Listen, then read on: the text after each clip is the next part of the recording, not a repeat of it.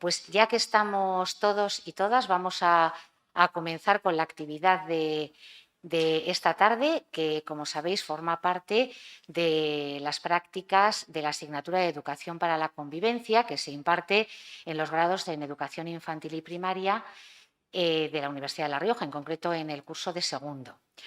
Voy a dar la palabra, en primer lugar, a nuestra vicerrectora de Ordenación Académica y Profesorado, doña Eva Sanz Arazuri.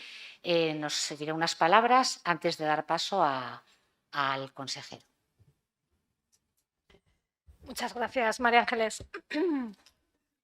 Bueno, en primer lugar, quisiera agradecer al consejero que haya hecho este hueco en su agenda. Le damos la bienvenida a la Universidad de La Rioja y sí que me gustaría manifestar públicamente que es un verdadero privilegio para la Universidad de La Rioja, para la Facultad de Letras y de la Educación y sobre todo para los grados en Educación Infantil y Primaria, poder contar con el consejero de Educación, Cultura y Deportes en una clase de un grado en Educación Infantil y de un grado en Educación Primaria. Esto es un verdadero lujo. Esto es lo que hubiesen deseado, lo que desearían todas las facultades de educación de España, ¿no? Estáis trabajando la educación para la convivencia y qué mejor referente que quien lidera precisamente todos los procesos educativos en la comunidad autónoma en la que nos encontramos, ¿no? El consejero de Educación. ¿Quién mejor nos va a poder orientar, ¿no? Por lo tanto, es un verdadero lujo, como digo, y un verdadero privilegio, y estamos encantados de contar con él aquí. También, si me lo permitís, me gustaría decir que la verdad es que estoy realmente emocionada de estar hoy sentada aquí, porque me devuelve a mis orígenes en la Universidad de La Rioja y a mi trabajo, mi verdadero trabajo y el que desarrollo día a día y del que estoy ahora mismo apartada por tener otras funciones, ¿no? Yo soy profesora del Departamento de Ciencias de la Educación, soy profesora de los grados en Educación Infantil y Primaria, pero como he asumido el cargo de vicerrectora, pues llevo un año sin impartir docencia, aunque tengo alumnos de trabajos fin de grado, por lo tanto me emociona volver a estar en contacto con todos vosotros y me emociona estar delante de tanto futuro maestro que seguro que harán una buenísima labor en esta comunidad autónoma y en las comunidades limítrofes. Quisiera también aprovechar este momento en que tenemos al consejero aquí delante para agradecerle a él y a todo su equipo la apertura y la cercanía que nos ha brindado siempre a la Universidad de La Rioja y la búsqueda de sinergias primero para ofreceros una formación inicial de mejor calidad y también para que los profesores de esta universidad estén mejor preparados para ofreceros la mejor calidad formativa a todos vosotros. Y hablo en este sentido por dos vertientes. En primer lugar, por las prácticas de los grados en Educación Infantil y Primaria. Sabéis que cuando lleguéis a cuarto vais a desarrollar prácticas en los centros educativos y si eso es posible es gracias al trabajo tan intenso que se desarrolla desde la Universidad de La Rioja a través de la coordinación de prácticas, pero también desde la Consejería de Educación, Cultura y Deportes y gracias también a todos aquellos maestros que voluntariamente y solidariamente nos abren las puertas de los centros para que vosotros podáis aplicar todos los aprendizajes que estáis adquiriendo en la Universidad de La Rioja. Y por otro lado, a lo largo de este curso académico, hemos estado trabajando en estrecha colaboración, como digo, con la Consejería de Educación y más concretamente con el Centro Riojano de Innovación Educativa para buscar precisamente esas sinergias, como digo, en la formación de los profesores de los distintos niveles de educación infantil, primaria y secundaria y también en la formación de los profesores de la Universidad de La Rioja. No era nada fácil, pero sin embargo, desde la consejería lo han hecho así de fácil y hemos conseguido establecer, como digo, puentes entre las dos instituciones pues aprovechar a gente de referencia que nos pueda formar a los profesores de la universidad y formar a profesores de los distintos niveles educativos. E incluso hay una apertura a que vosotros, como futuros maestros de educación infantil y primaria, podáis tener también cierto acceso a cierta formación de los maestros de la Comunidad Autónoma de La Rioja. Por lo tanto, no puedo más que agradecer, como digo, la labor del consejero y de todo su equipo. No voy a entrar en los aspectos más técnicos del extenso currículum del consejero porque esa parte me consta que la va a hacer muy bien María Ángeles Valdemoros como profesora de la asignatura de Educación para la Convivencia. Muchas gracias, vicerrectora, señor consejero. Muy buenas tardes. Muy buenas tardes también al equipo de convivencia de la Consejería de Educación. Muchísimas gracias por venir. A la directora del Departamento de Ciencias de la Educación, las compañeras profesoras de la asignatura de Educación para la Convivencia. Yo estoy aquí en nombre de las 4 profesoras y, sobre todo, muchísimas gracias a los alumnos y alumnas de segundo curso de los grados de Educación Infantil y Primaria, que compartimos o que hemos compartido y estamos compartiendo durante este curso la asignatura de Educación para la Convivencia. Tengo un placer sincero de presentar a don Pedro María Uruñuela Nájera, nuestro consejero de Educación en la Comunidad Autónoma de La Rioja, y desde luego que las profesoras de esta asignatura estamos sinceramente agradecidas porque haya dedicado parte de su agenda a estar aquí con nosotros compartiendo esta actividad. Y estamos mucho más agradecidas, si cabe, porque ni siquiera hemos tenido que ser nosotras quienes le hayamos pedido que venga a las aulas de la universidad, sino que él se ha ofrecido desde el inicio para venir, compartir su experiencia, su saber con el alumnado de Educación para la Convivencia.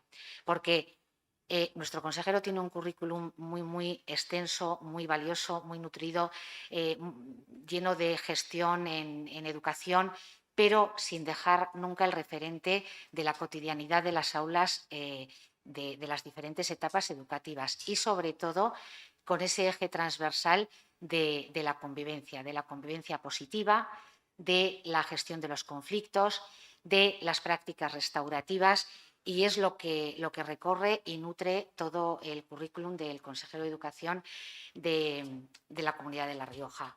Por ello, estamos muy agradecidas de tenerle con nosotros y con nosotras esta tarde.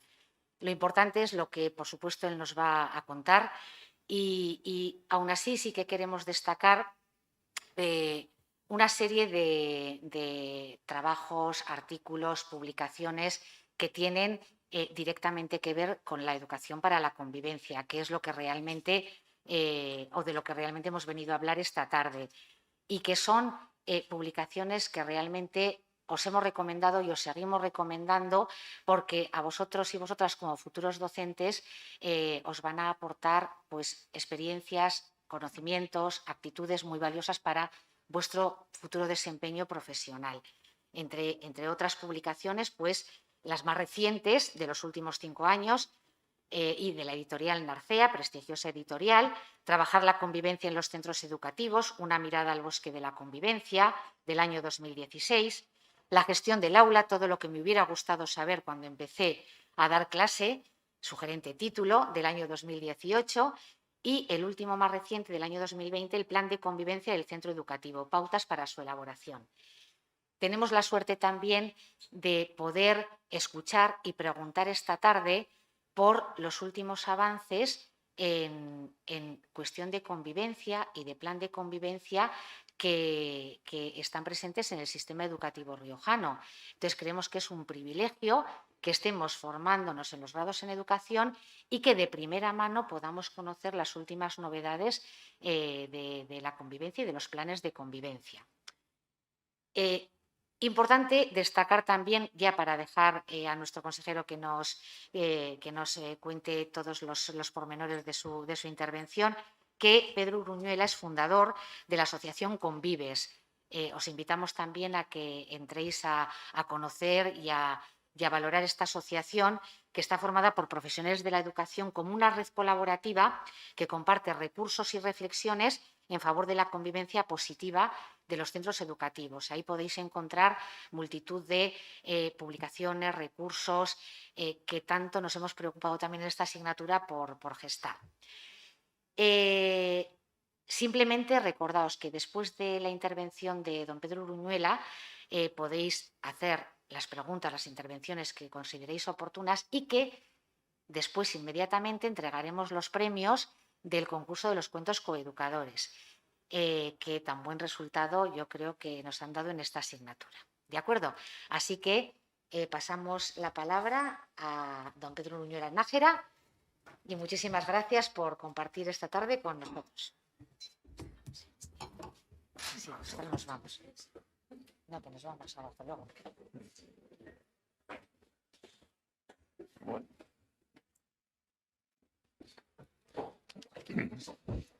Bueno, pues buenas tardes a todas, buenas tardes a todos.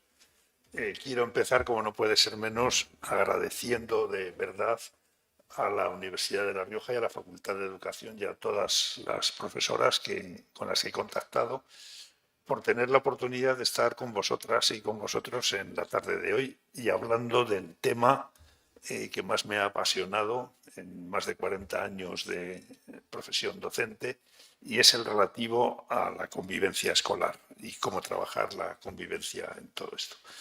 En uno de los libros que han dicho, que es el que recoge lo que todos los trabajos de la investigación que hice para la tesis, de los problemas que hay en el aula, etcétera, el subtítulo era eso, dice, ¿qué me hubiera gustado saber cuando empecé a dar clase? Y os lo digo de corazón, me hubiera gustado que me hubieran hablado de la convivencia, de la relación, de cómo la clase y la educación son relaciones entre personas y que es lo fundamental y que es clave, Paulo Freire tiene una frase que dice, la escuela son personas que se relacionan, son personas que establecen vínculos entre ellas. Dice, y de cómo sea ese clima, dice lo fácil que es luego aprender, lo fácil que es hacerte con las materias, con las asignaturas, y lleva mucha razón. Y esa conclusión, yo hubiera agradecido que no lo tuviera que descubrir por ensayo y error, viendo los problemas que tenía en el aula. Yo he trabajado siempre en secundaria, y en secundaria los problemas son distintos, ¿no?, respecto de primaria e infantil, pero es una de las lecciones más importantes y para mí clave. Es decir, que es imprescindible ver la importancia que tiene la convivencia en la acción docente. Y recojo también otro subtítulo. Yo hubiera querido que este fuera el título de mi primer libro, Una mirada al bosque de la convivencia, pero en la editorial me dijeron, no, vamos a poner trabajar la convivencia en los centros educativos, y esto de subtítulo, Una mirada al bosque de la convivencia. ¿Por qué? Porque vais a ver que la convivencia es un espectáculo de la naturaleza riquísimo, con un montón de aspectos, con un montón de cosas que tenemos que tener en cuenta y que lamentablemente pues solo puedo hacer esa mirada sobre el bosque en su conjunto. Yo os voy a hablar de temas de convivencia, os quiero concretar cómo estamos trabajando este tema para el nuevo decreto de convivencia que se va a publicar en el mes de abril, previsiblemente, pero tengo que decir que lamentablemente solo podemos hacer esta visión general. Vamos a coger un dron, lo ponemos en marcha y vamos viendo el bosque y vamos a ver árboles preciosos. Y alguien me dirá, oye, ¿por qué no te quedas aquí en las hayas, lo bonitas que son y tal? No puedo, tengo que pasar, tengo que ir a otro aspecto, y mira, aquí también hay unos fresnos hermosos y tal, pero oye, cuéntanos algo más de los fresnos. No puedo, tengo que seguir porque tengo que recorrer e ir viendo los distintos lugares, los distintos aspectos de la convivencia. Espero que luego en el coloquio podamos profundizar, pueda aclarar las dudas que tengáis, los temas que más os preocupan.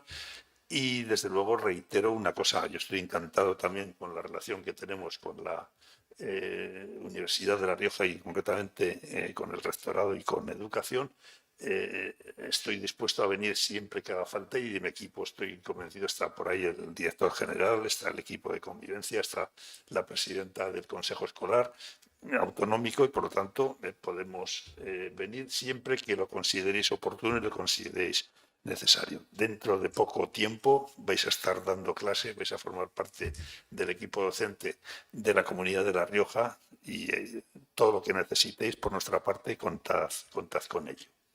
Bueno, en esta mirada al bosque de la convivencia, a mí me gustaría empezar pues viendo un poco en qué mundo estamos.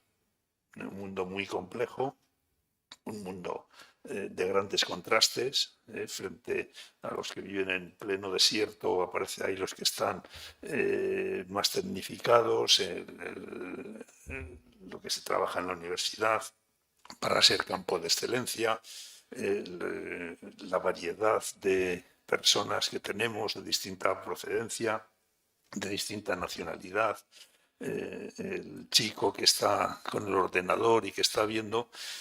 Y yo creo que teniendo en cuenta esta diversidad hay que preguntarse una cosa, y yo por lo menos siempre me lo he planteado, ¿y cuál es la finalidad última de la educación? ¿Para qué estamos formando? ¿Para qué estamos educando? Una de las experiencias que seguro que vais a vivir en cuanto os incorporéis al trabajo docente va a ser precisamente entras en la rutina, entras en la práctica, entras en que ya te acostumbras, ya sabes lo que tienes que explicar, qué acciones, qué actividades vas a plantear en clase en función del grupo con el que estés, etcétera. Y entras en la rutina y muchas veces te olvidas decir, ¿yo para qué estoy educando? ¿Para qué? ¿Cuál es la finalidad? ¿Por qué me estoy dedicando a esto? Y me parece que es una pregunta clave, una pregunta básica, una pregunta fundamental. Hay un autor que seguro que conocéis y que habéis leído algo de él, que es Víctor Frank, autor del libro El hombre en busca, pues en busca de su sentido, El hombre en busca del sentido, que se plantea esta pregunta. Y os podía contar la historia de Víctor Frank, cómo llega a plantearse, a hacer la filosofía, un hombre judío que ve morir en Auschwitz a toda su familia, a sus padres, a su mujer, a dos de sus hijos, etcétera, y que siempre dice, yo tengo que sobrevivir, tengo que aguantar, tengo que poder demostrar que esto ha existido, que no se olvide, que sea una cosa que llegue a todas las generaciones, ¿no? Y tiene una frase que a mí me ha hecho pensar mucho y que repito siempre, la importancia del porqué. Dice, quien tiene claro el porqué, nos dice Víctor Frank, encuentra fácilmente el cómo. Muchas veces decimos, es que esto no lo sé hacer. Decir, no, el problema no es que no sepas hacerlo, porque si no sabes hacerlo se puede aprender, buscas, si estás interesado, encuentras dónde investigar, dónde buscar, dónde... Lo importante es estar convencidos de que es algo importante, de que es algo fundamental. Porque si estamos convencidos de que es algo fundamental, lo buscaremos. Y por eso digo, ¿y cuál es la finalidad de la educación? Y hay dos grandes respuestas que me gustaría compartir con vosotras y con vosotros. Para muchos, pues la educación es lo que busca desarrollar el currículum personal, lo que busca la excelencia académica, dicho en palabras más llanas, pues saber muchas matemáticas, saber mucha biología, saber mucha física y química, saber filosofía, saber lengua, literatura, es decir, la excelencia académica. Si analizáis, si miráis un poco hacia atrás y veis lo que era la LOMCE, la ley educativa que estaba en vigor hasta hace muy poco tiempo, pues veréis que el objetivo fundamental es ese, es decir, desarrollar la excelencia académica, preparar para el mercado, dar respuesta a las necesidades que la empresa productiva, que el tejido productivo, que la economía necesita e ir formando e ir preparando a todo esto. ¿Es importante la excelencia académica? Por supuesto, ahora volveré sobre ello. Pero ¿qué pasa si nos centramos solo en la excelencia académica? Pues que hay mucha gente muy importante, gente aparentemente muy famosa, que fueron número uno en su promoción, que desarrollaron una excelencia académica extraordinaria. Madoff, el fundador del Lehman Brothers, que falleció hace poco, fue el número uno en su promoción, un economista extraordinario. Él fue el responsable, él fue el desencadenante de la crisis económica del 2008 por la quiebra de su empresa, Lehman Brothers, y que todavía estamos pagando las consecuencias de aquella crisis. Goebbels, lugarteniente de Hitler, una de las personas más copiadas hoy día. ¿No habéis oído hablar eso de que una mentira a base de repetirla muchas veces termina convirtiéndose en verdad? Pues eso es de Goebbels y de la propaganda que hacía número uno en su promoción. Y sin embargo, pues ya veis, es también el que crea la solución final, se llama la solución final, el que dice que hay que acabar con el pueblo judío y el que pone en marcha todo el sistema de depuración del pueblo judío, etc. Podría poner más ejemplos. Bin Laden fue otro número uno. Entonces, frente a eso, es decir, aquí falta algo, aquí falta algo. Y la pregunta que hacemos es decir, ¿y cómo puede la educación formar personas competentes y al mismo tiempo solidarias, respetuosas, tolerantes, pacificadoras, dialogantes? Es decir, cómo desarrollar los aspectos éticos, los aspectos morales, los aspectos que nos llevan a ser personas en todo el sentido de la palabra. Y vuelvo a lo que os decía antes, es muy importante ser competentes y no es incompatible con esta otra dimensión, la dimensión más social de aprender a relacionarnos, de valorar a las personas, etcétera. Tú puedes saber muchísimas matemáticas, mucha historia, mucha biología y a la vez ser un buen ciudadano, saber relacionarte, vivir una buena convivencia, etcétera. Y yo creo que las dos cosas son importantes y las dos cosas tenemos que buscarlas. Porque yo creo que si recordamos y si miramos un poco hacia atrás, a mí me gusta poner un ejemplo que cada día me lo están contradiciendo más, pero que ahí está. Yo creo que si trazáramos un eje de coordenadas y viéramos, por un lado, cómo crece el progreso científico, técnico, tecnológico, etcétera, y a la vez diseñamos cómo crece el progreso humano, la relación humana, etcétera, pues veríamos que hay una diferencia enorme y que el progreso tecnológico, el progreso científico enseguida sube hacia arriba, es enorme, mientras que la relación humana sigue teniendo muchos problemas, sigue habiendo grandes desigualdades. Hoy nos decía, o ayer leía en el periódico que los 10 más ricos han duplicado su patrimonio en la pandemia, mientras que las familias, las personas que están en situación de pobreza está creciendo, están aumentando. Es decir, hay una diferencia enorme y por eso tenemos que atender las dos cuestiones, ¿no? Y habré reconocido a este buen hombre, a Martin Luther King, que nos decía esta frase que también es muy clara. Es decir, hemos aprendido a volar como los pájaros y a nadar como los peces, pero no hemos aprendido todavía el sencillo arte de vivir como hermanos. Nos falta esa materia, nos falta esa otra cara, nos falta la dimensión de convivencia, de relacionarnos, etc. De tal manera que yo, por lo menos, es una de las conclusiones a las que he llegado y que está en la base de esta respuesta al por qué hay que trabajar la convivencia, ¿no? Es decir, porque aprender a vivir juntos, aprender a convivir, no es una cosa que, bueno, si tenemos tiempo, dedicamos esfuerzos y hay ocasión, sino que es una finalidad esencial de la educación. Es uno de los retos fundamentales que tenemos en los sistemas educativos de hoy día, como algo clave, como algo fundamental, como algo que tenemos que asumir como propio y que yo no pretendo competir con que si es más importante saber matemáticas o saber convivir. Las dos cosas son fundamentales, las dos cosas son importantes y en esa misma línea es en la que tenemos que trabajar. ¿Por qué? Porque yo creo que si nos analizamos lo que son los centros escolares, vemos que los centros escolares tienen una doble dimensión. Si yo os preguntaría, o si os preguntara, ¿para qué mandan los padres y madres a sus hijos al colegio? ¿Para qué los mandan a la escuela? Pues seguro que me diríais para aprender.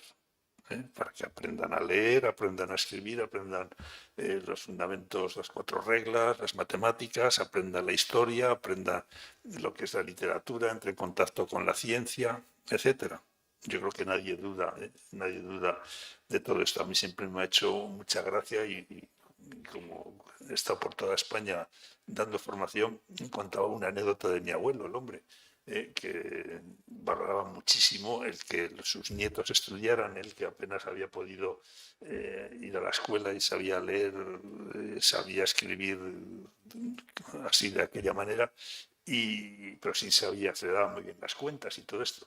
Y me acuerdo que mi abuelo decía eso, decía, hala hijo, dice, vete a la escuela, dice, para que te desasnen.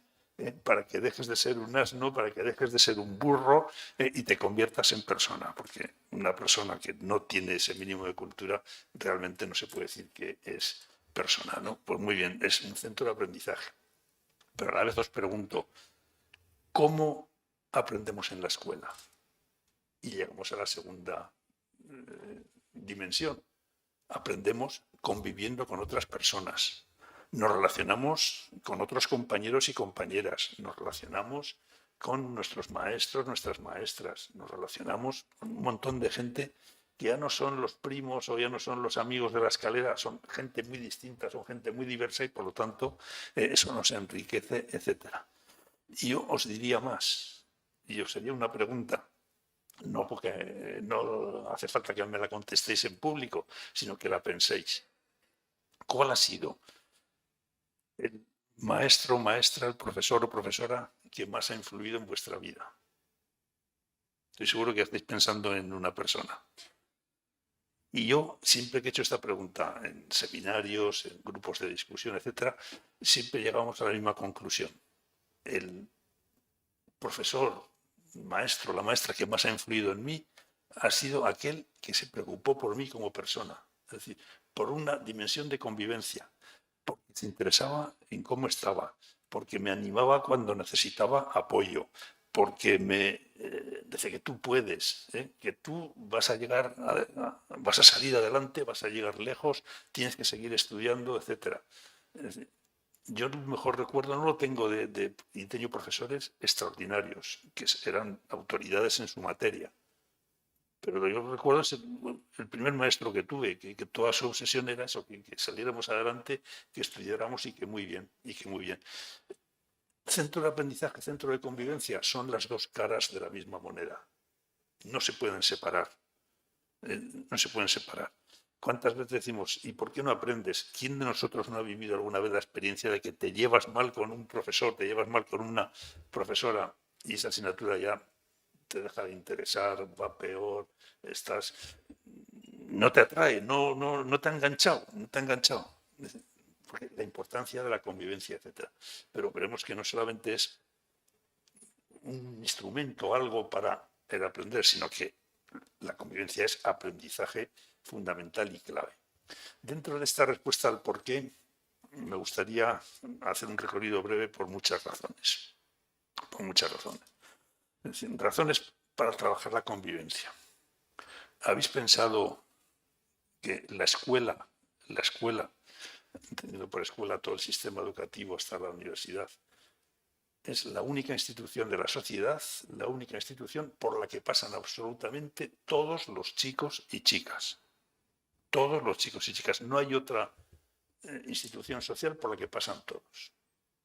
Pero es que no solamente es que pasen, es que se quedan con nosotros y con nosotras los 10 años de la educación obligatoria, los 3 años de la educación infantil, que en España estamos prácticamente en el 99% de 3 a 6 años, y tenemos ahora el objetivo de que sigan con nosotros 2 años más.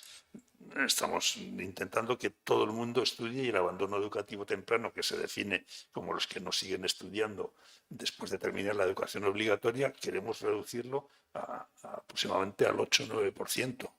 Es decir, están con nosotros pues, 15 años.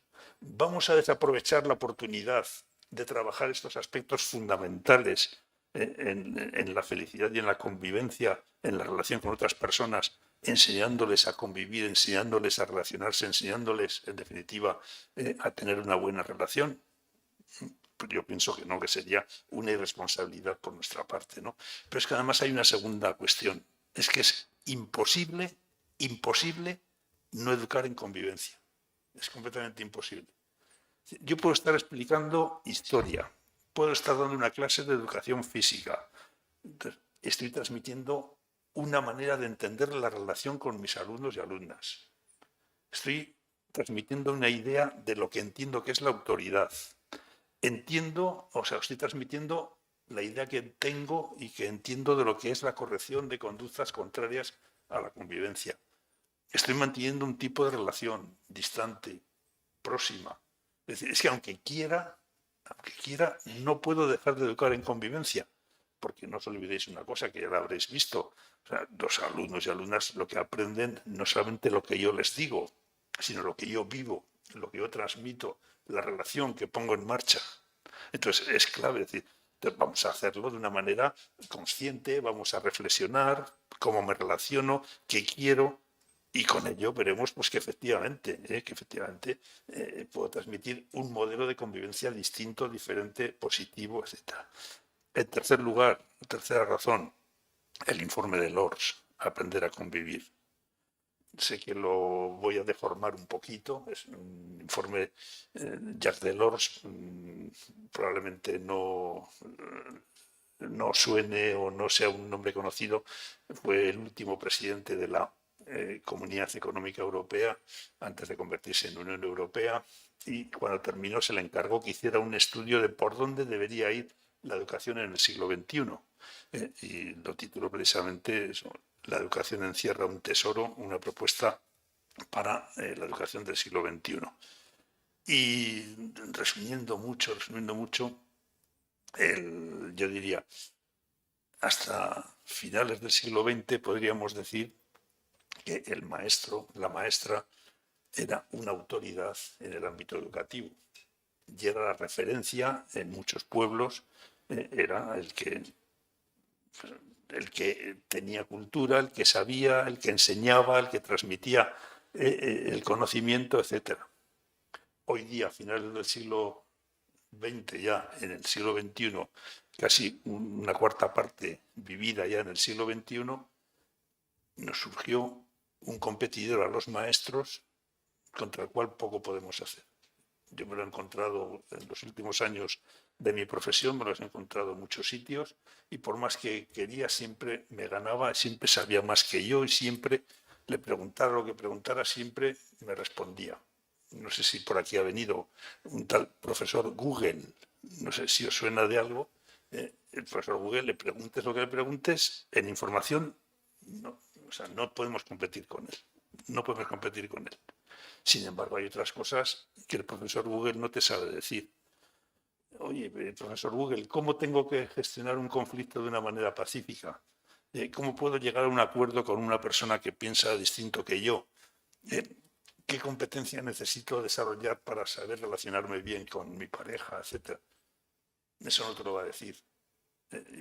Por lo tanto, eso sí que se aprende en la escuela. Eso sí que se puede aprender. Es una de las dimensiones que complementa, de tal manera que Jacques Delors dice, el objetivo de la escuela es aprender conocimientos, evidentemente, pero también es aprender a convivir, aprender a ser y aprender a hacer. Las 4 dimensiones que son claves y que son fundamentales y que ahí están.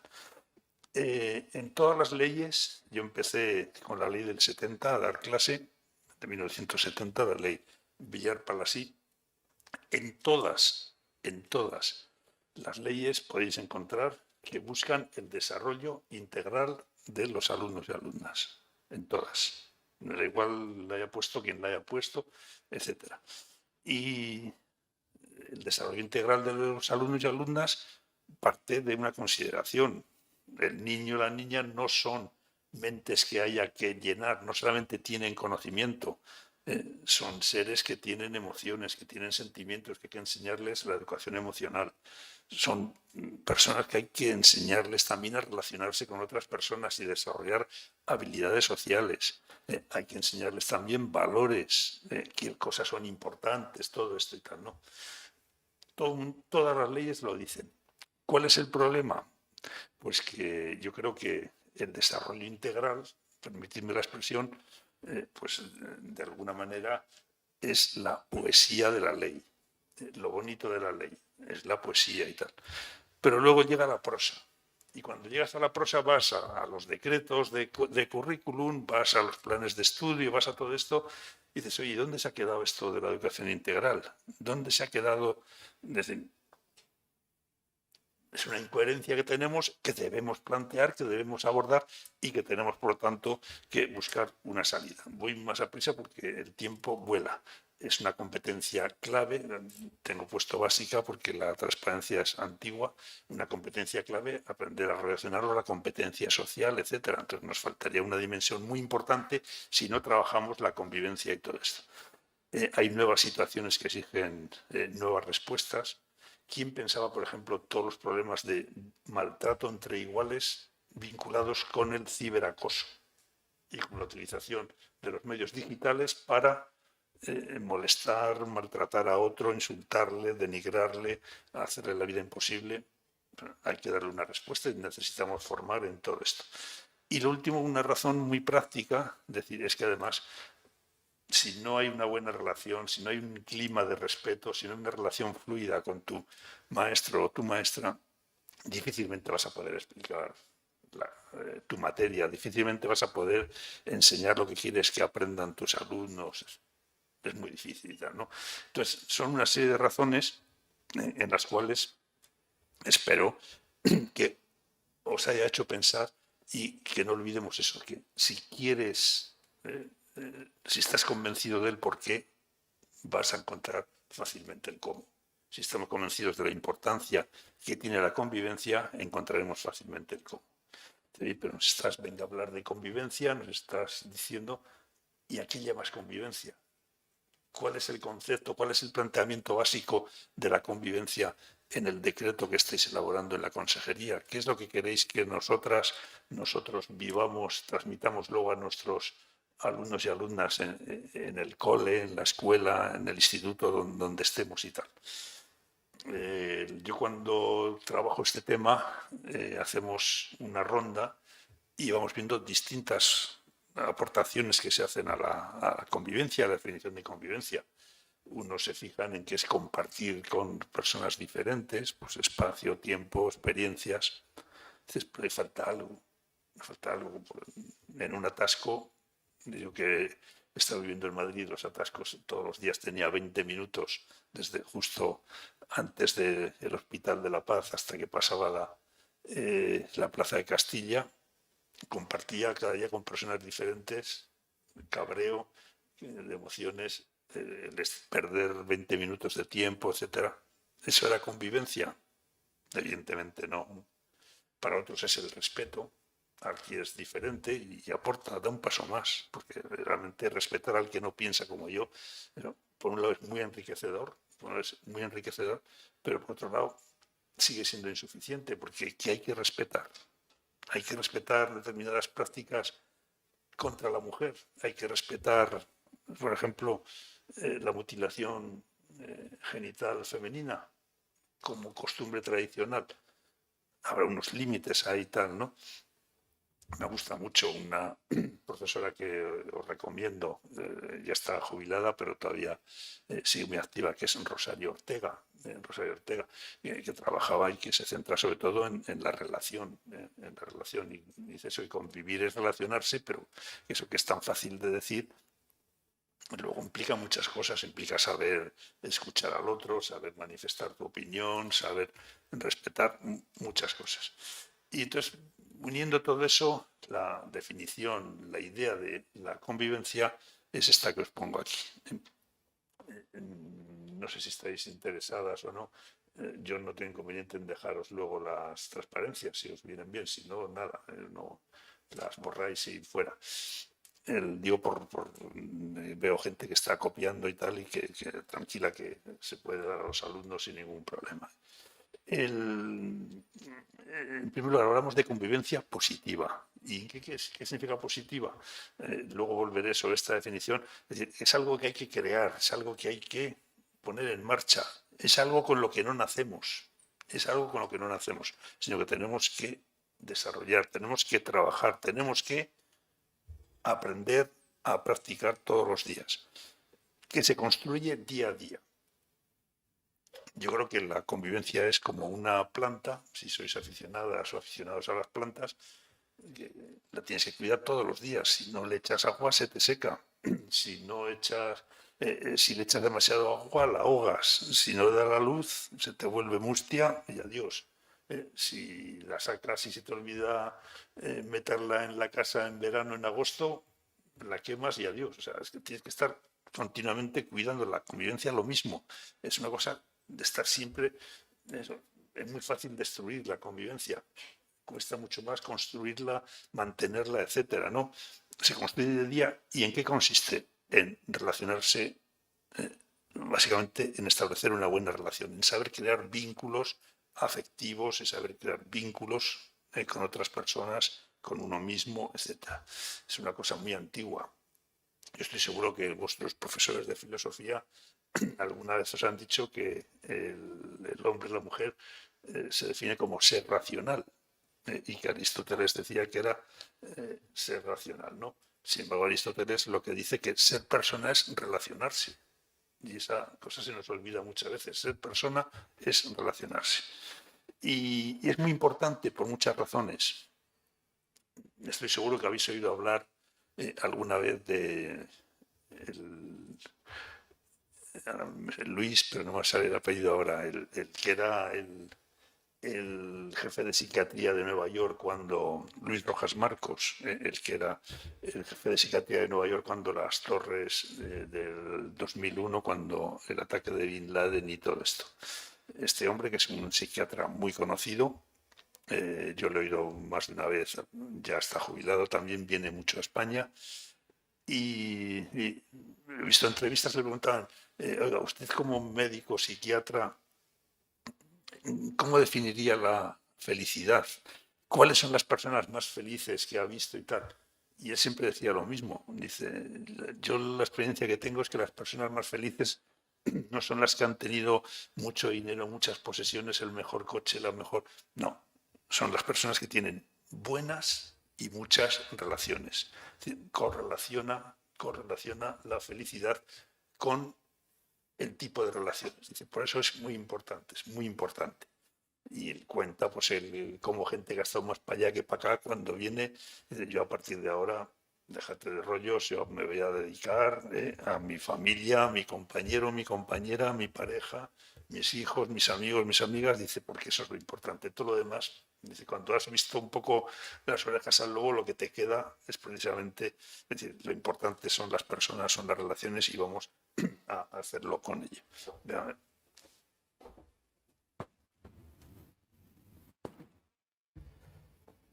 Pues bien, siguiendo con esto, es decir, convivir es aprender a relacionarnos. Completamente de acuerdo, ¿no? Pero, ojo, relacionarnos a 3 niveles. Conmigo mismo, con otras personas y con el entorno. Y me parece importante trabajar todos estos aspectos. En primer lugar, con uno mismo. Es una de las tareas educativas fundamentales que vais a hacer consciente o inconscientemente con vuestros alumnos y alumnas cuando empecéis a dar clase. Enseñar a entenderse, enseñar a conocerse, enseñar cuáles son sus emociones, etc. Y una cosa importantísima en la cual tenemos un convenio de colaboración que lo vamos a empezar a poner en marcha ahora con otro vicerrector también, el bienestar emocional de todo niño o niña, clave, que es fundamental. En segundo lugar, con las demás personas. Yo creo que no hace falta que me detenga en ello. Y en tercer lugar, con el entorno.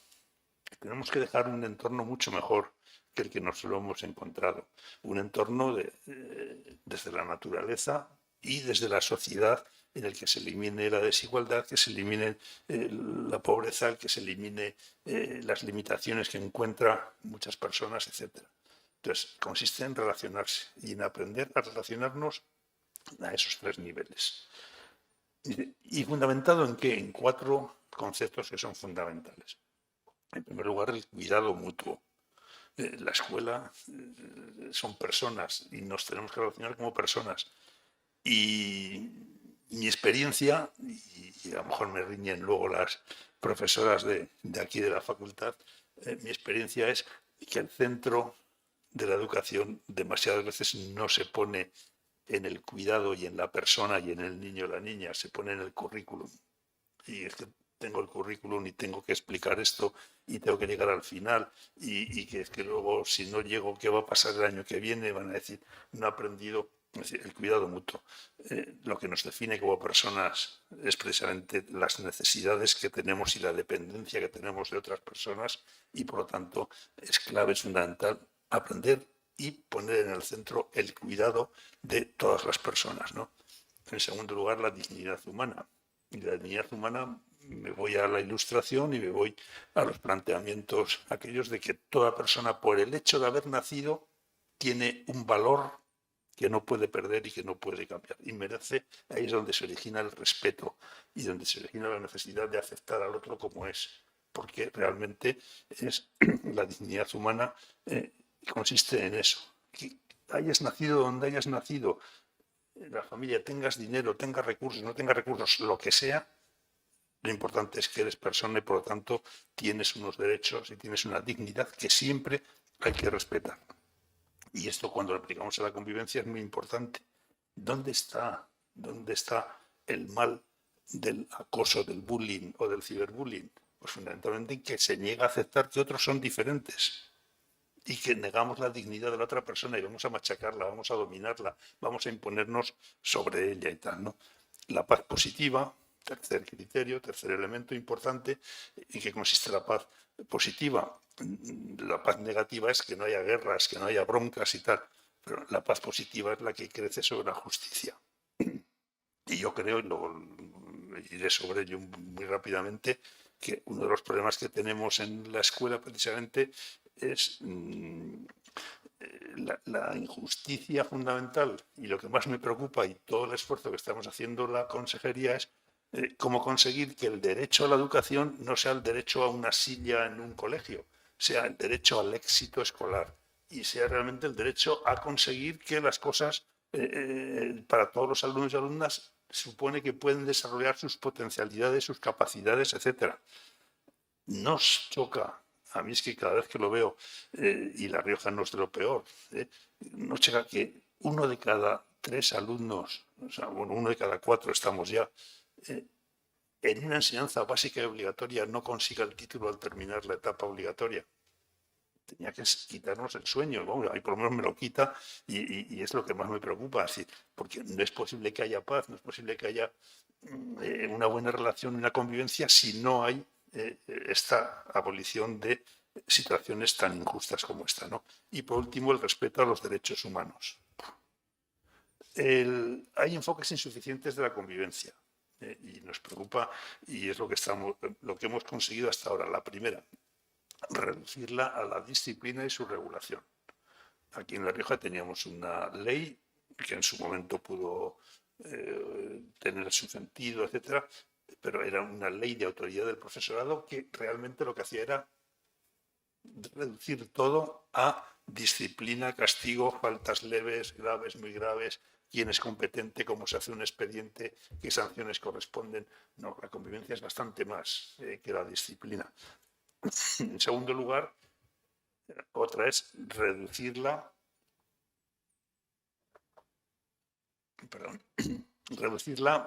a erradicar la violencia entre iguales, a reducirla solo a luchar contra el maltrato, sea el bullying, sea el ciberbullying, que es muy importante, lo veremos, es muy importante, pero no puedes centrarte solo en eso.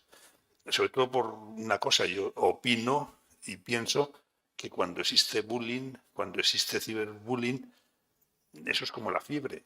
La fiebre en sí no es una enfermedad, es un síntoma. Es decir, aquí hay algo que va mal. ¿Y qué es lo que está yendo mal? De que en ese centro, en ese colegio, en ese instituto, no se está trabajando adecuadamente la convivencia. Hay que ir al fondo, no hay que quedarse en lo superficial, etc. Y luego, por último, una cosa importante, un enfoque reactivo. Un enfoque puramente reactivo en el sentido literal de la palabra, que reaccionas cuando ha pasado algo. Ha habido una agresión en mitad del patio, por ejemplo en secundaria, y entonces reacciono. intervengo y digo, tú y tú, 15 días a vuestra casa castigados para que aprendáis. Reacciono, no. Yo creo que hay que cambiar la actitud y ser proactivo, como vamos a ver ahora enseguida. De tal manera que trabajar la convivencia, entiendo que es educar para la paz y la convivencia no violenta, promoviendo competencia de pensamiento, competencia emocional, competencia social y competencia ética. Luego volveré sobre ello. ¿Por qué? Todos hemos oído alguna vez el cuento este de que si una persona tiene hambre y le das un pescado, come ese día y mata el hambre ese día.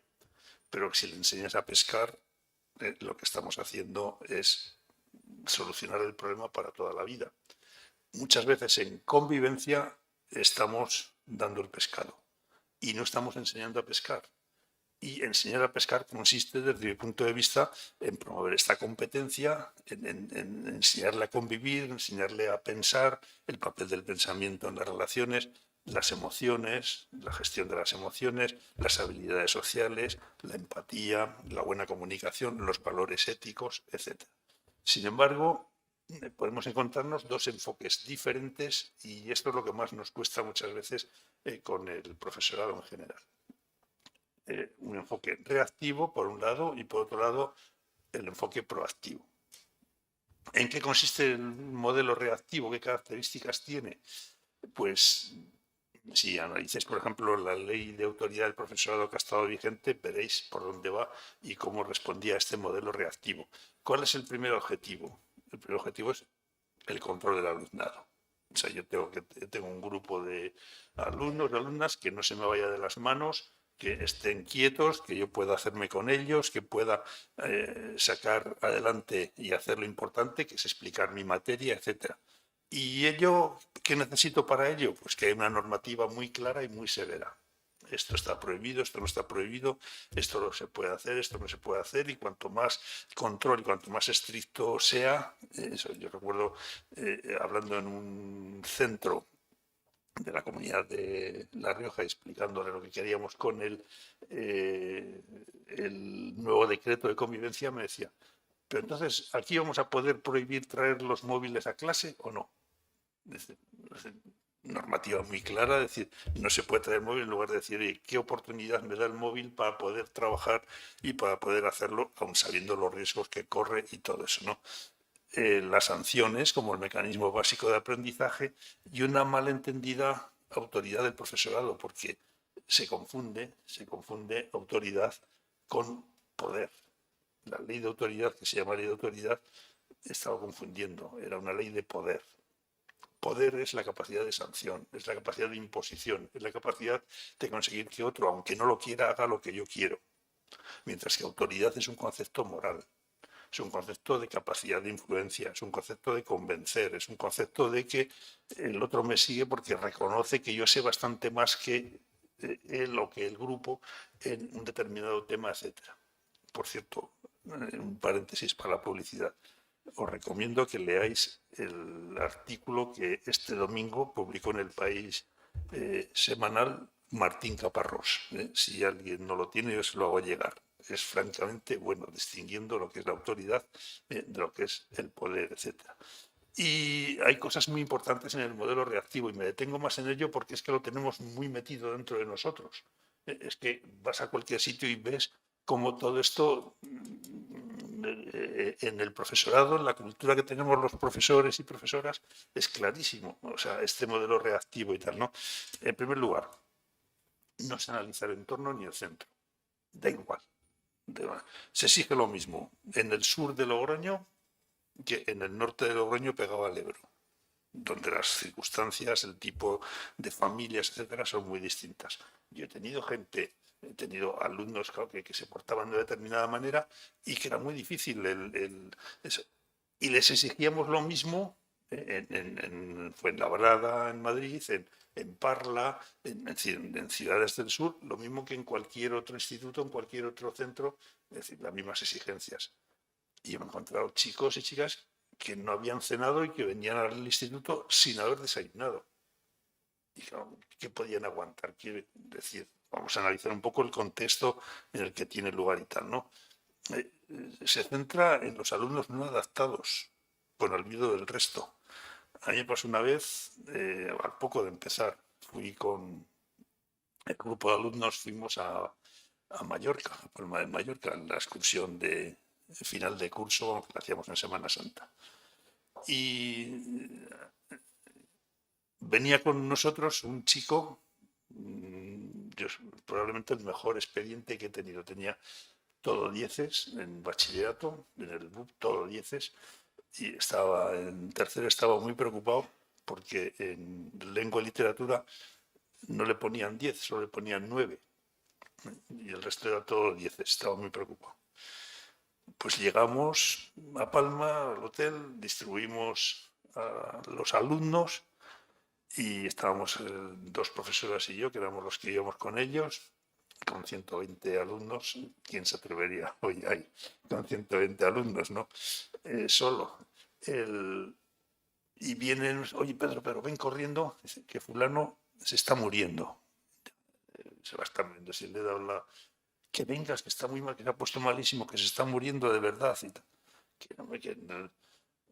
Vamos, bueno, vamos para allá, pero date prisa, corre. Yo tranquilo, sí, a ver. Llego, lo veo, lo miro, que te estás muriendo, ¿qué has bebido? Señor, media botella de whisky. ¿Qué has fumado? Allá había un puro echando humo, no sé. O sea, que te estás muriendo, ven, que te vea, ya verás que pronto se te pasa la muerte. Le metí bajo la ducha y tal, ¿no? Luego el hombre se enfadó mucho conmigo y me decía, no te lo perdono, no he ligado nada en toda la excursión porque me has hecho aparecer como un borracho ante las chicas y no querían saber nada conmigo.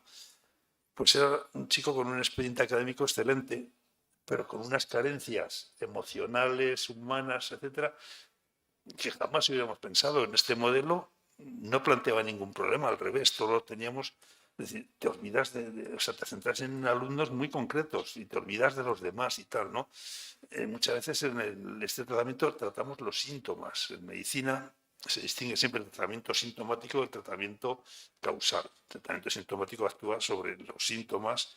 Cuando tú te encuentras mal, que tengo fiebre, que no sé qué, te tomas un paracetamol, se te pasa de inmediato eso, pero a las 4 horas estás otra vez igual, hasta que vas al médico, al día siguiente y le dice, te mira y dice, oye, tienes unas placas ahí, un estafilococo hermoso en la angina, tómate este antibiótico y tal, y eso. Entonces es el tratamiento causal, porque va a la causa, ¿no? Y aquí no nos preguntamos qué hay por detrás, por qué se comporta así ese chico, etcétera, ¿no? Un problema que os vais a encontrar muchas veces, nos limitamos a aplicar la norma. Teníamos una norma, esas sanciones que y dices, ¿has hecho esto? Pues te aplico y ahí está. Te vas una semana a tu casa. ¿Cómo vuelve ese chico? ¿Cómo vuelve esa chica? Vuelve igual o peor. Es decir, no has trabajado sus emociones, no te has planteado por qué actúa de esta determinada manera, no has cambiado su manera de pensar, no has cambiado nada de esto. Entonces necesitamos un sistema educativo. Hay que corregir las conductas, por supuesto, las que son contrarias a la convivencia, pero vamos a hacerlo de otra manera distinta y tal, ¿no? La ley de autoridad, que no me quiero detener en ello, la responsabilidad siempre es de otros, es que la familia, es que el barrio en el que estamos, es que la televisión, es que decir, no, pero ¿y qué vamos a hacer? ¿No? Y un desarrollo muy eterno. No puedo detenerme en esto. Hay un autor, Galtung, que distingue siempre la violencia visible y la invisible. La violencia directa es la violencia visible, y es lo que nos llama la atención, lo que está ahí. Por poner un ejemplo que vais a entender enseguida, ¿cuántas mujeres murieron asesinadas el año pasado? ¿Cuántas denuncias hay? ¿En qué consiste la violencia de género? Pues la violencia directa, es lo que se ve. Pero te preguntas qué hay por debajo, o sea, ¿en qué se apoya eso? La base del triángulo, la base de la pirámide es mucho más ancha que lo que se ve. Y hay que preguntarse, es decir, ¿qué hay por debajo? ¿Qué me voy a encontrar? Y entonces ves violencia estructural. Violencia estructural, que es la violencia que está en las leyes, que es la violencia que está en el sistema económico, que es la violencia que está en el funcionamiento normal de la sociedad. Y te encuentras, pues eso, como todavía en la empresa que no sea pública, a igual sueldo, la mujer puede cobrar el 30% menos por igual trabajo que el que hace el hombre. Y eso es legal y nadie lo denuncia. El famoso techo de cristal, cuántas mujeres llegan a puestos de dirección, muy poquitas y tal, ¿no? Un caso muy llamativo. En 42 facultades de medicina hay un departamento que se ocupa exclusivamente de la anatomía, fisiología y patología de la mujer, que es la ginecología. ¿Cuántas jefas de departamento de ginecología hay? Una. Y si hay algo típico de la mujer, o sea, son factores estructurales y factores culturales. ¿Qué opinión tenemos de la mujer? ¿Qué imagen se da? ¿Qué se le pregunta en las entrevistas? ¿Qué pensamos de todo eso? Es decir, pues no nos limitemos a lo que se ve, a lo visible, sino vayamos más al fondo, etc. Entonces, convivencia en positivo, resumiendo todo esto, es decir, es un enfoque proactivo que nos fijamos siempre en lo que no hay que hacer. Pero la convivencia positiva lo que quiere decir es lo que hay que hacer. ¿Qué es lo que hay que trabajar? ¿Qué es lo que hay que desarrollar? Y eso es lo que pretendemos llevar y plantear y hacer. Voy un poco más a prisa porque me estoy dando cuenta que llevo ya cerca de la hora y no... Entonces el enfoque proactivo, es decir, consiste en prevenir. Entonces, prevenir, poner condiciones para que no sucedan determinadas cosas. Yo, cuando entré en el año 93, entré en la inspección, me encontré un instituto, en mi primer destino, en el cual todos los días, a las 2:30 de la tarde, cuando se salía de clase, tenía que ir la Policía Nacional, porque siempre había bronca, siempre. Empecé a ver qué pasa aquí. Era un instituto muy sencillo, muy sencillito. Solamente tenía 12 grupos de primero de la ESO, 14 de segundo de la ESO, 13 de tercero y 13 de cuarto. Prevenir, vamos a cortar, vamos a dividir. De ahí salieron 4 institutos y entonces hicimos prevención, no hubo más problemas y tal, ¿no? El tercer elemento, inclusión. La inclusión os la habrán explicado y os lo explicarán vuestras profesoras mucho mejor que yo, pero la inclusión consiste en que atiendes las necesidades personales, individuales, singulares de cada alumno y alumna. Das respuesta. O sea, si un chaval no te sigue, si un chaval te está poniendo problemas, fundamentalmente es que no has conectado con él, que no se siente reflejado, no se siente reconocido en la actuación docente que estamos haciendo como maestros o maestras, etcétera. Dirigido a toda la comunidad educativa, no solamente a los conflictivos, etcétera, y buscando desarrollar esas competencias, enseñar a pescar, etcétera. Bien, entonces, yo creo que lo que buscamos con el decreto es pasar a una actitud proactiva. ¿Y qué estructura va a tener el decreto? Pues tiene varios capítulos. Primero hay un preámbulo en el que contamos el por qué se hace el decreto. A continuación, el título primero es la convivencia positiva, del enfoque reactivo al enfoque proactivo. A continuación, nos planteamos el tema de los conflictos, la mediación y las prácticas restaurativas en todo esto. La construcción de un centro saludable, libre de violencia, es decir, en el cual la violencia no tenga cabida, las normas, la corrección de conductas, la gestión del aula, la participación y el protagonismo del alumnado y la ayuda entre iguales, las 4 competencias para la convivencia positiva y luego pues las cuestiones organizativas para el trabajo de la convivencia y fundamentalmente cómo hacer el plan de convivencia. Una caracterización muy rápida de cada uno de estos temas. De lo primero ya os he hablado, pero educar para el conflicto. Yo creo que si hay algo que nos vamos a encontrar según salgamos de la Facultad de Educación y según vayamos fuera a la vida diaria, es precisamente la existencia de conflictos. Mientras hay personas, hay conflictos. porque somos distintos, porque somos diversos. Y una sociedad moderna no es aquella en la que han desaparecido los conflictos, sino una sociedad moderna es la que ha aprendido a solucionar los conflictos de una manera pacífica, sin recurrir a la fuerza, sin recurrir a la imposición. Dicen que solo no hay conflictos en un sitio al que nadie queremos ir. Nadie queremos ir. Y aún así tengo mis dudas. Me estoy refiriendo evidentemente al cementerio, dicen que ahí no hay conflictos, pero digo, del suelo para abajo, del suelo para arriba, que si la herencia, que si la no sé qué, que si la... vale que no hablemos de eso y tal, ¿no?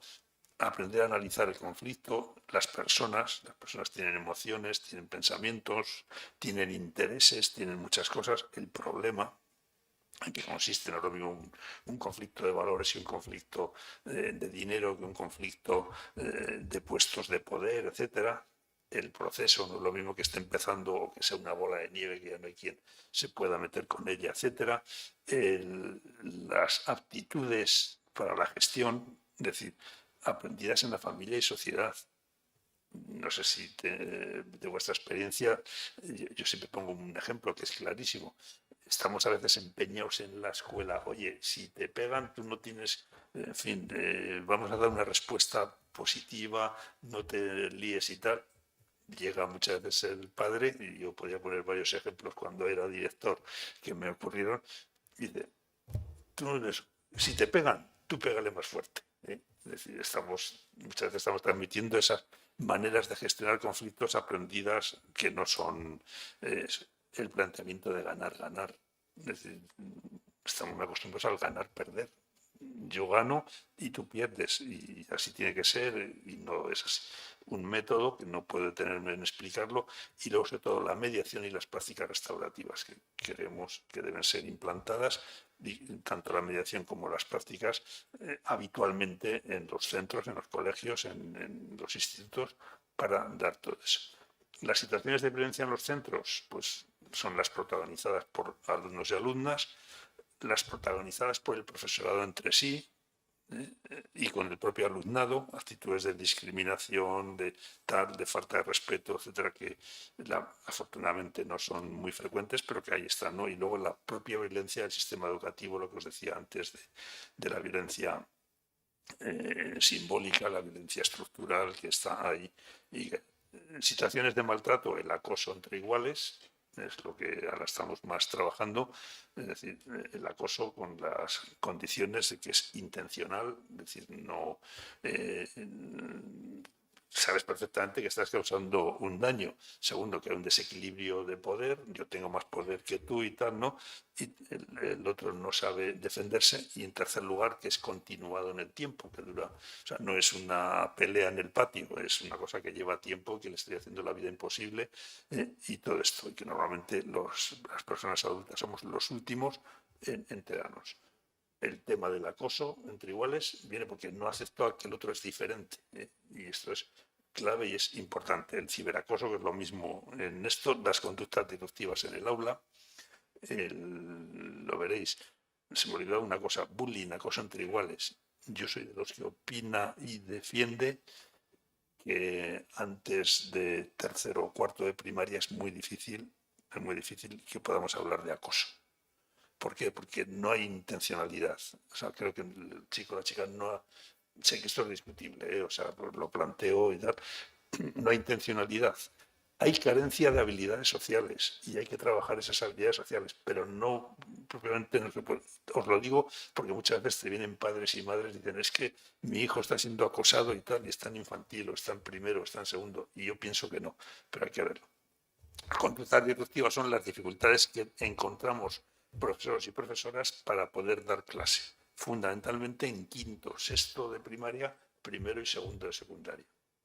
Yo trabajé la tesis sobre este tema a partir de una base de datos de 20.000 partes de expulsión de clase, y te encuentras con situaciones muy difíciles. O sea, lo que más afecta en este momento al profesorado es precisamente la dificultad que tiene para hacerse con el grupo, y tal, de que darle formación, herramientas, competencias para gestionar el grupo y no caer en todo eso.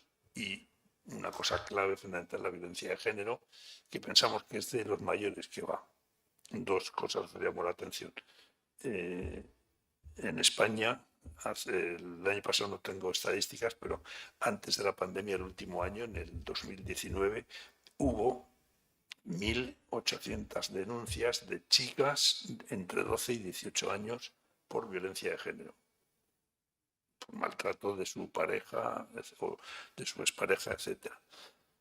Y otra cosa muy importante es en quinto, sexto, primero, segundo, tercero, cuando aparecen y se consolidan los estereotipos, los prejuicios, las falsas ideas de lo que es el amor, etcétera, y algo que debemos evitar y pelear. Pongo estas tres a la vez. Un centro seguro para todos y para todas, un centro saludable, en el cual estamos a veces obsesionados por el segundo nivel, el nivel de intervención secundario. Y lo importante es, y así lo vamos a plantear en el decreto, que el 85% del tiempo, el 85% de la actividad se dedique al nivel preventivo, al nivel primario, a actuar antes del acoso. Poner las condiciones para que luego no pueda producirse situaciones de maltrato, etc. Luego ya intervendremos, luego ya recuperaremos, pero hay que invertir sobre todo en tiempo para que no... El tema de las normas es clave. No hay grupo que no tenga sus normas, sean formales o informales, pero las normas desde un enfoque reactivo sirven para controlar. Desde un enfoque proactivo sirven para desarrollar la autonomía de la persona, para que tenga sus propios criterios de actuación, para que sepa cómo comportarse, para que sepa lo que nos decía Giner de los Ríos, aprenda el alumno a dirigir su propia vida, que en definitiva es lo que es la educación, aprender a dirigir tu propia vida, etc. Entonces, estamos por el modelo, hay tres modelos, permisivo, punitivo y el democrático. Y el democrático se centra en la inclusión, en atender a todos y en la participación. A nosotros nos ha dado muy buen funcionamiento, muy buen resultado, perdón, cuando hemos contado con los propios alumnos para elaborar las normas de clase. Yo recuerdo, yo tenía 3 segundos cuando empecé en la inspección, que empezaban la clase en cada grupo, empezaban 35 o 36 alumnos y en la última clase quedaban 7 u 8. A todos los demás los habían echado. Y dijimos, esto no puede ser, vamos a hacer. ¿Y qué hicimos? Dedicar la primera semana después de Navidad a elaborar el estatuto de aula, el reglamento del aula, contando con ellos, viendo qué problemas había, qué conductas no podían ser admitidas, cómo se podía transmitir, cómo se iban a responsabilizar ellos mismos del control de lo que pasaba en el aula. Os puedo decir que fue excepcional, que eran 2, 3 como mucho los que terminaban expulsados a partir de haberles dado participación y haberles convencido de que era importante pues, todo este proceso de reflexión, toma de decisiones, etc. Y en el tema, una cosa que quiero transmitiros y que me parece importante, el enfoque sistémico ecológico con la disciplina y con la corrección de conductas que es necesario. No estoy diciendo que no haya que corregir lo que vaya contrario, sino que tenemos que hacerlo desde un enfoque básicamente educativo y reeducativo. Y muchas veces pensamos, sin darnos cuenta, de que tiene que cambiar es el alumno. Es decir, la responsabilidad es solo de él, que aprenda a comportarse, etcétera. Son quienes deben hacer los cambios y no. En el aula hay muchos factores interdependientes, hay muchos factores que están relacionados entre sí y que lo importante es, eso puede ser la relación profesor-alumnado, el planteamiento de las actividades, lo que explicamos, con qué metodología, cómo evaluamos, cómo organizamos el aula del centro, qué relaciones establecemos, etcétera. Entonces, si queremos que cambie el alumno, tengo que cambiar el entorno en el que está ese alumno. Esta idea me llevaría para toda una charla, pero me parece que es clave y es fundamental. Y a mí me costó mucho, en mi experiencia de profesor, llegar a esta conclusión, porque siempre pensaba, es el alumno el que tiene que cambiar y ya está, ¿no? 3 elementos claves, o sea, cómo son las relaciones interpersonales, cómo es las emociones y sentimientos y la motivación del alumnado, los elementos que mueven al alumno y por último los elementos internos del aula, los contenidos, la organización, las normas, etc. Todo esto se desarrolla en el decreto y ya lo veremos. Dar voz a los alumnos, que quieren ser tratados como personas adultas, etcétera. No conozco ningún centro, ningún colegio, ningún instituto que haya conseguido una buena convivencia sin dar protagonismo, sin dar un papel importante a los alumnos y alumnas y a las familias. Nosotros nos hemos marcado el desarrollar el protagonismo del alumnado a través de la figura fundamentalmente del alumnado ayudante, que tiene muchas concreciones y tiene muchas maneras de llevarlo a la práctica. Y nos hemos marcado también el papel de las familias. Vamos a ofrecer tanto a FAPA Rioja como a CONCAPA la posibilidad de recibir formación buscando un objetivo, que en todas las AMPAs haya una persona que haya recibido formación en temas de convivencia y pueda servir de dinamizador, impulsor, mediador entre las familias y el propio centro en los temas de convivencia. La inteligencia personal, las 4 grandes competencias, aprender a pensar. Vamos a adelantar una cosa en el Congreso de Convivencia que vamos a hacer aquí en La Rioja el 21, 22 y 23 de abril y que probablemente espero poder abrir y que podéis venir algunos y tal. Uno de los talleres que se quiere poner es precisamente enseñar a pensar. Y como muchos de nuestros chavales no piensan, y expulsas a un chaval de clase, te viene a dirección y ¿qué ha pasado? Nada. ¿Cómo que nada? No ha pasado nada. Pero algo habrás hecho. No, yo no. ¿Cómo que no? Entonces, ¿por qué te han echado? No lo sé. Y al final, pero algo habrás hecho. No. Entonces, ¿por qué te ha echado? Es que me tiene manía. Bueno, lo que me tiene manía, vamos a dejarlo y tal, ¿no? Entonces, enseñar a pensar, alternativas, todo esto y tal. El tema de control emocional, que es importantísimo descubrir todo esto.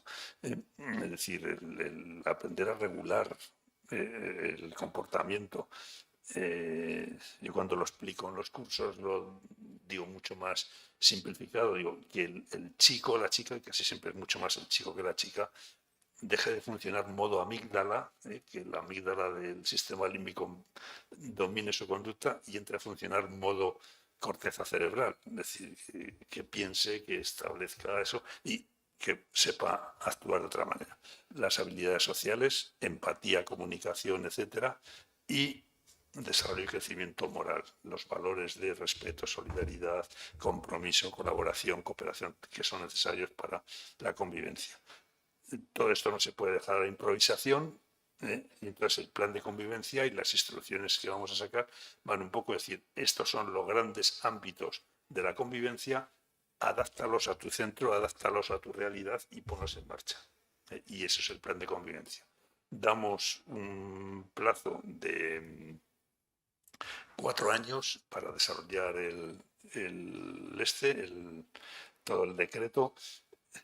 Javier me hace así la cabeza diciendo 4 años va a ser poco, ya lo sé. Bueno, lo que queremos es que todos los centros, sean de infantil, primaria, secundaria, tengan oportunidad de recibir formación específica sobre la convivencia en este tiempo y tengan acompañamiento para elaborar su propio plan de convivencia, ver los problemas que son más importantes, a los que hay que prestar atención, porque hay sitios en los que el problema fundamental es el acoso, pero puede haber otros que a lo mejor el problema son las normas o son el cómo gestionar los conflictos. Entonces, hacer este acompañamiento individual y que realmente los planes de convivencia respondan a problemas y situaciones reales que hay en los centros. Lamentablemente, a mí me ha tocado vivir muchas veces, llegar a un centro y decir, oye, ¿me enseñas el plan de convivencia? Digo, no lo tengo. Bueno, pero no sé, pregúntale al director o a la directora a ver si lo tiene él y tal. Y vas, así creo, espera, buscar en el cajón y entonces allí aparecía el plan de convivencia. Eso no es un plan de convivencia. Es preferible 2 acciones bien pensadas que respondan a la realidad y que nos enganchen al equipo docente que no tener un amplio plan para enseñar y para... eso, como decía mi abuela, dice, toma esto para que te gastes la paga, pero este billete para enseñarlo, no te lo gastes, que me lo tienes que devolver. Pues muchas veces el plan de convivencia es eso, es para enseñar y no tiene que ser una cosa mucho más eficaz. No sé si me he alargado mucho o no, os dejo mi correo electrónico por si alguna cosa necesitáis, alguna cosa queréis ampliar. Vuelvo a ofrecer y a insistir en que estamos a disposición de lo que necesitéis, de lo que queráis, y que estaremos encantados de seguir. Así que muchas gracias, y ahora habláis vosotras.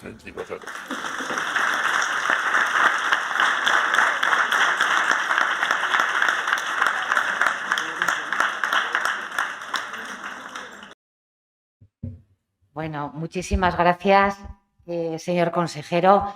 Pedro, ya sabemos que no le gusta que le tratemos ni de usted, ni bueno, que es una persona muy, muy cercana, y se lo agradecemos también muchísimo porque bueno, estamos aquí entre compañeros y compañeras. Muchísimas gracias. Yo creo que todo el grupo, como alumnos y alumnas de Educación para la Convivencia, seguro que os habréis visto identificados con muchos de los temas que ha abordado Pedro, desde los derechos humanos, la educación para la ciudadanía, la educación emocional, educación en valores, planes de convivencia, conflictos, diversidad. Creo que ha sido un privilegio tenerle porque ha hecho un recorrido por todos los bloques temáticos de la asignatura, y la verdad es que esto, como un repaso, como un colofón al final de esta asignatura, pues es realmente algo estupendo. Y ahora yo creo que nos deja muchísimos puntos y muchos elementos para la reflexión. ¿Qué tipo de maestro, de maestra queremos ser dentro de nada, dentro de 2 años? ¿Queremos ser más reactivos, más proactivos? ¿Queremos utilizar más la autoridad moral o el poder? Y eso está en nuestras manos. Entonces, creemos, y las profesoras de esta asignatura estamos convencidas de que depende de nosotros y nosotras, y que el hecho de reflexionar y de poner sobre la mesa todas estas cuestiones, pues que sin duda nos va a ayudar muchísimo a ser mejores docentes, y sobre todo tener muy claro que lo que tenemos entre manos son personas, en este caso de las etapas de infantil y de primaria. Con lo cual, muchísimas gracias por todas las aportaciones. La palabra es vuestra, de vosotros y vosotras, que a mí me encantaría que le preguntaseis algo, que no preguntar, o simplemente comentar, debatir.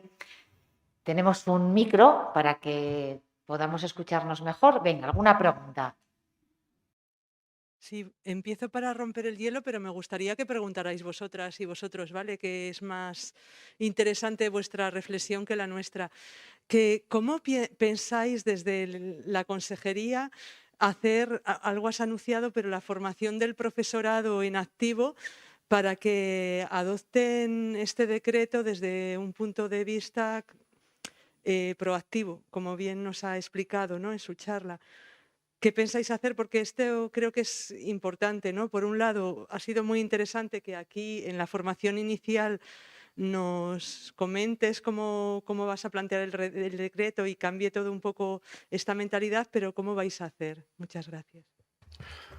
En primer lugar, informando, queremos organizar varias charlas informativas pues en las principales cabeceras de comarca, explicar lo que es, en qué consiste, cuál es el objetivo, qué esperamos y tal, ¿no? Es en primer lugar darlo a conocer, y que yo creo que está bastante en la prensa, además, en este momento, porque interesa mucho lo relacionado con la convivencia. En segundo lugar, tenemos una oferta de cursos, por eso hablaba de 4 años, para que pueda todo el que necesite recibir formación, etcétera, pueda recibirla y se pueda preparar. Yo creo que en la administración muchas veces cometemos el error de creer que porque ha sacado una norma, porque ha sacado una ley, ha sacado un decreto, vas a cambiar la realidad. Y no, tienes que cambiar a las personas que tienen que aplicar y que tienen que en su día a día conseguir los objetivos que estamos buscando entre todos. Entonces va a haber una oferta muy amplia. Hemos hecho un equipo de 15 personas que están, al cual pertenecen también las tres coordinadoras, las dos y Javier, ¿no? Para dar formación y para acudir a los sitios, primero con una oferta más general, más de visión del bosque, ¿no? Pero luego para poder atender y decir, oye, que a mí me interesa mucho cómo hacer normas y cómo trabajar el tema de las normas y todo esto. Entonces, pues ir y eso. Y en tercer lugar, queremos implicar, vamos, de hecho está implicada la inspección. En este momento les tengo pedido y están haciendo un análisis de qué prácticas relacionadas con la convivencia están vigentes en los centros. Es decir, cómo está recogido el plan de convivencia, cómo está recogido en el proyecto educativo del centro, cómo está recogido en la programación general anual, es decir, para ver qué es lo que hay y poder también afinar mucho más la estrategia para llegar y para hacerlo. Y luego pues lo abordamos, eso sí te lo puedo decir, con mucho optimismo. Yo debo reconocer que después de todo el tiempo que he dedicado a mi profesión como docente, primero como profesor, luego como inspector, a todo el trabajo que he hecho de difusión de la convivencia, el tener la oportunidad de hacer un decreto que sirva de marco básico para llevar todo esto a la práctica es el mejor regalo que me ha podido dar la vida en estos momentos.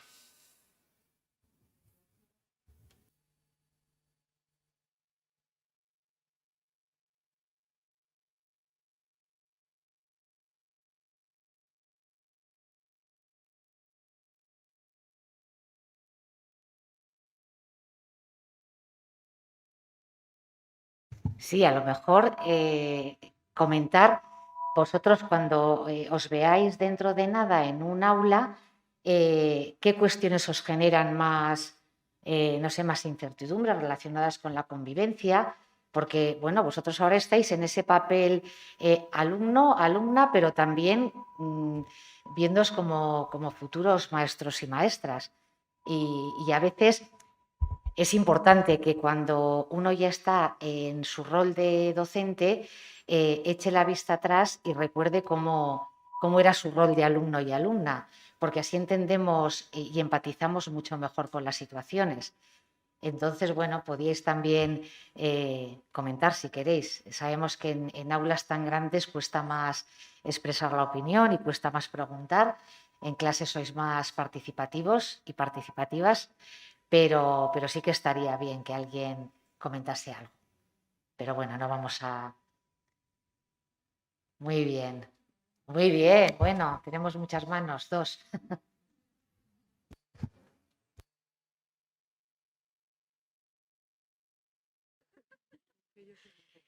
Hola, buenas. Nosotros por aquí tenemos una pregunta porque realmente es una cosa que hemos debatido también en clase. ¿Consideraríais que sería más oportuno? Ay, es que estoy un poquito nerviosa, ¿eh? ¿Consideraríais que sería que fuera más oportuno dejar la convivencia como una asignatura o como un concepto transversal? Sí. Bueno, es que no se oye muy bien desde aquí con el tema de las mascarillas. La pregunta que hace Marta es algo que se debate también en clase. Si consideráis que la convivencia, la educación para la convivencia debe trabajarse como una asignatura con esencia propia o como un tema transversal a trabajar en todas y cada una de las áreas de conocimiento. Yo por mi experiencia, las dos formas son necesarias, las dos formas. La convivencia, igual que la educación para la ciudadanía, a mí me tocó trabajar en el Ministerio en el programa de educación para la ciudadanía en el 2004, del 2004 al 2009, y necesitas un espacio en el cual reflexiones, pienses, discutas, te pongas de acuerdo con otros compañeros y compañeras sobre los contenidos, lo que significa convivencia, lo que significa mediación, lo que significa un enfoque de ganar-ganar, lo que es el enfoque proactivo, todo esto tal, es muy importante. Pero solamente a convivir, solamente se aprende conviviendo y poniéndolo en la práctica. y por lo tanto necesariamente tiene que ser un tema transversal. Necesariamente tiene que ser un tema transversal. Pasa lo mismo en los derechos humanos. Yo he trabajado mucho el tema y además lo pusimos en Educación para la Ciudadanía también. Y es una cosa es educar sobre los derechos humanos, que es tener conocimiento de cuántos artículos tiene la Declaración, cuándo se hizo, cuáles son los temas más importantes, es educar sobre. Pero además tienes que educar en los derechos humanos, y hay prácticas y hay instrumentos y yo he aplicado muchas veces y te llevas una sorpresa de qué lejos estoy de cómo está organizado el centro educativo en relación con los derechos humanos, con la libertad de expresión, la libertad de organización, la gestión de los conflictos y todo esto y tal, ¿no? Educar en los derechos humanos, viviendo los derechos humanos, y luego educar para los derechos humanos, es decir, de que consigas que quien está estudiando los derechos humanos, o en nuestro caso la convivencia, la ponga en práctica y realmente contribuya a crear un centro mucho más atractivo, mucho más saludable, un centro en el que te dé gusto ir, porque realmente tienes amigos, tienes amigas, hay buen clima, hay buena relación entre el profesorado y el alumnado, o sea, es todo, son las dos cosas. Hay que conocerlo teóricamente, pero a la vez hay que vivirlo. Y por tanto, son los dos temas que hay que unir.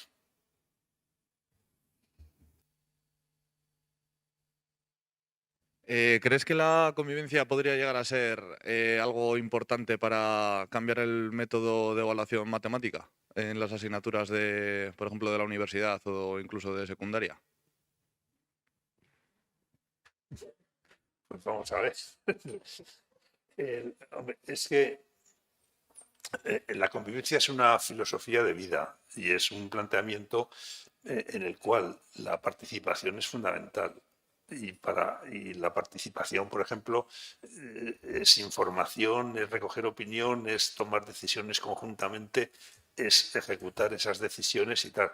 Entonces, yo todo lo que sea expandir, extender y vivir la participación me parece que es clave, que es fundamental. Desconozco cómo está la evaluación de las matemáticas ahora mismo en la universidad, pero que realmente, que realmente puede, si te he entendido la pregunta, vas por ahí. A ver, pues explícate más. Me refería al hecho de que se haga una evaluación matemática sobre, sí, bueno, numérica, vaya, sobre, por ejemplo, los conocimientos que tú puedas tener sobre una materia, que se haga una evaluación matemática. No, vamos a ver, en convivencia tú puedes hacer una evaluación numérica de los conocimientos que tienes, yo qué sé, de lo que son las prácticas restaurativas y tal, ¿no? Pero ahí es un tipo de aprendizaje en el cual lo fundamental son las actitudes y son los valores, y entonces esto se puede evaluar, claro que se puede evaluar, pero lo que no podrás evaluar nunca la convivencia es con una prueba de papel y lápiz. Tendrás que tener una escala de observación, tendrás que tener unos indicadores que demuestren de cuándo, si por ejemplo coopera o no coopera alguien, si intenta imponerse, si tiende a dominar y tener una actitud violenta sobre otra persona o por el contrario busca el acuerdo y todo eso. Yo sí que creo que se puede hacer una evaluación y en esas estamos y partimos un poco de cuáles son las prácticas habituales que están en el centro para conseguir cambiarlas y orientarlas hacia otra dirección.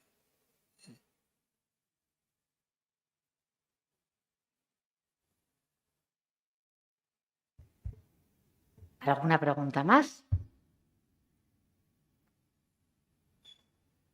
¿Seguro? ¿No hay más manos? Bueno, pues yo creo que podemos dar por concluida la intervención del consejero de Educación, Pedro Gruñuela. Por supuesto, reiteramos, bueno, antes de nada decir que no nos movemos todavía porque nos quedan 5 minutitos de bueno, pues otra actividad, pero antes sí que me gustaría reiterar el agradecimiento a la presencia de Pedro, porque sobre todo nosotras, la verdad que estábamos encantadísimas de que viniese a nuestras aulas, pero nunca nos hubiéramos atrevido a pedírselo porque sabemos las innumerables tareas que tiene día a día. Pero la disponibilidad y el interés ha sido tan manifiesto que de verdad queremos manifestarlo aquí delante de todos y todas vosotras para que valoremos de verdad este interés y esta presencia aquí en la universidad. Vamos a aprovechar un poquito más al consejero y al equipo de convivencia de la consejería, porque sabéis todos y todas, y el director general, no había sido consciente, igual lo habían dicho al comienzo, bueno, pues saludamos al director general y también le damos la bienvenida, por supuesto, y el agradecimiento por estar aquí. Sabemos que hemos hecho una práctica en los diferentes grupos reducidos de infantil y de primaria sobre un concurso de cuentos coeducadores. Perfecto, qué alivio. Sobre un concurso de cuentos coeducadores. Dijimos que íbamos a hacer un concurso y al final la verdad es que se nos ha ido haciendo cada vez más grande y estamos encantadas las 4 profesoras de la asignatura de los resultados. La verdad es que han sido unos cuentos muy trabajados, ha habido mucha implicación. Somos conscientes del poco tiempo que hemos tenido porque la asignatura tiene muchísimos temas y este ha sido uno de los temas de la asignatura, pero realmente, bueno, pues que estamos muy satisfechas y muy orgullosas de los trabajos que nos habéis presentado. Son unos recursos muy interesantes que después, desde luego, podemos llevar a las aulas de educación infantil y primaria y bueno, pues de todos los cuentos que habéis elaborado, sabéis que en cada grupo reducido ha habido un finalista. Hemos agrupado 8 cuentos finalistas. El otro día un jurado compuesto por el equipo de convivencia de la consejería, por 2 profesoras de educación para la convivencia y una alumna de educación infantil, del grado en educación infantil, bueno, pues deliberamos los 3 cuentos que nos parecían merecedores de tener primer, segundo y tercer premio. Y bueno, pues ahora es cuando vamos a hacer entrega de esos premios simbólicos, pero que sobre todo, bueno, pues valorar el trabajo que habéis hecho y reiterar, que ya os lo hemos dicho en clase, que seguiremos en contacto con vosotros y vosotras porque ha habido trabajos muy buenos con historias que hay que tenerlas muy en cuenta en el ámbito de la coeducación, pero que por falta de tiempo a lo mejor les falta pues darles un poquito más de forma. Que contactaremos, aunque termine la asignatura, porque seguramente rescataremos esas historias para mejorarlas y para hacer que adquieran pues, ese formato de cuento coeducador para que pueda ser visibilizado.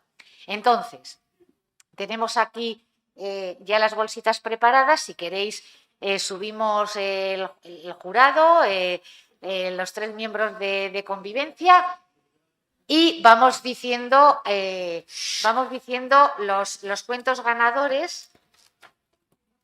A ver, que yo no me acuerdo de memoria de los nombres, pero bueno, comenzamos por el tercer premio.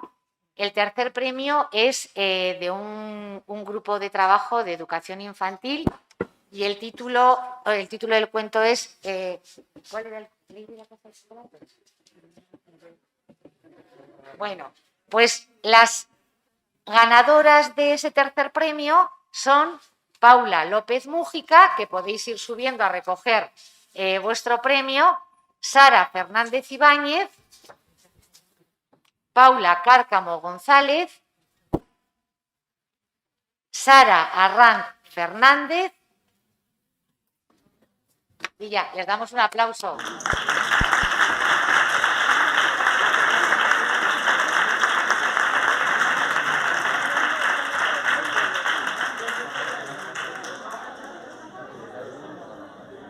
¿De acuerdo? Muy bien. Segundo premio, los 3 mellizos y los caballeros de la mesa redonda, un grupo de educación, del grado en educación primaria, y son Paula Martínez Martínez, Laura Jiménez Sáenz, Eva Jiménez Castrillo, Sara López Lacarra. Un aplauso.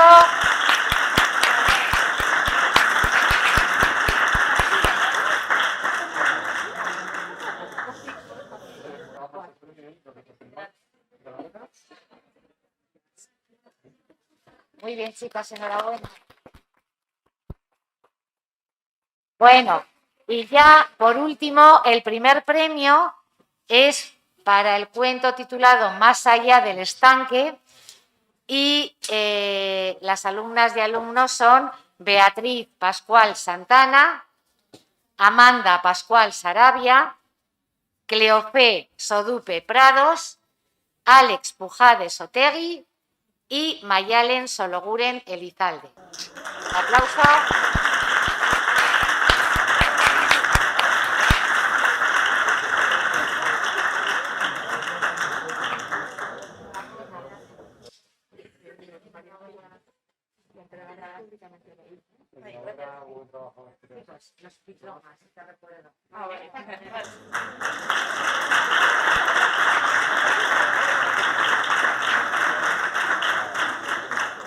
Vale. Bueno, y le damos también un reconocimiento a la alumna de infantil que nos ayudó en el jurado a deliberar, que bueno, pues tuvo que invertir ahí un tiempo y nos sirvió de gran ayuda. Entonces, que salga, por favor, Cristina, ¿estás por aquí? Cristina Pérez, también como reconocimiento porque nos ayudó.